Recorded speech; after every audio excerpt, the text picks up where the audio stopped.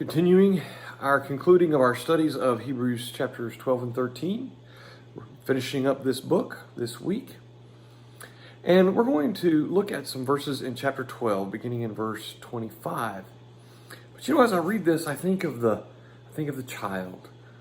You tell them something, and what is their constant response? Why? Why? Why? Why? Well, God answers that question.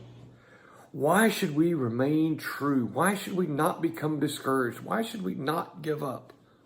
Let's look, beginning in Hebrews chapter 12, beginning in verse 25, New King James Version.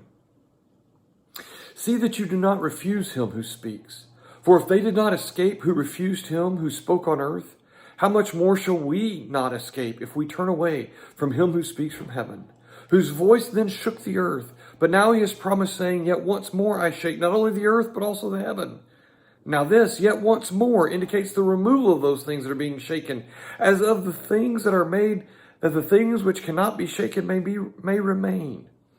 Therefore, since we are receiving a kingdom which cannot be shaken, let us have grace, by which we may serve God acceptably, with reverence and godly fear. For our God is a consuming fire.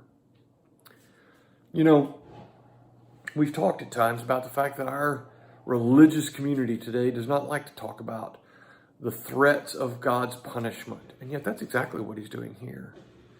He's saying, look, I'm going to tell you now, those people didn't escape and they were punished. And God says, I'm going to shake things, and only that which cannot be shaken will remain. What is it that cannot be shaken? What is it that will remain? Well, he tells us. The kingdom that we are receiving cannot be shaken. So here's the thing. If you want to be that thing that remains, if you want to be that thing which God does not shake and discard, there's only one way, and that is to be in the kingdom of Christ. Everything else is going to be shaken and thrown away. And he concludes this section with this statement and says, For our God is a consuming fire. There's absolutely no question that God is a God of love and a God of grace, and that he gives people every opportunity, every chance to do the right thing. But God is also a consuming fire, and he will bring judgment to those who simply refuse his grace and those who do not enter his kingdom. Continue to think on these things, and we hope you'll join us again tomorrow. Thank you.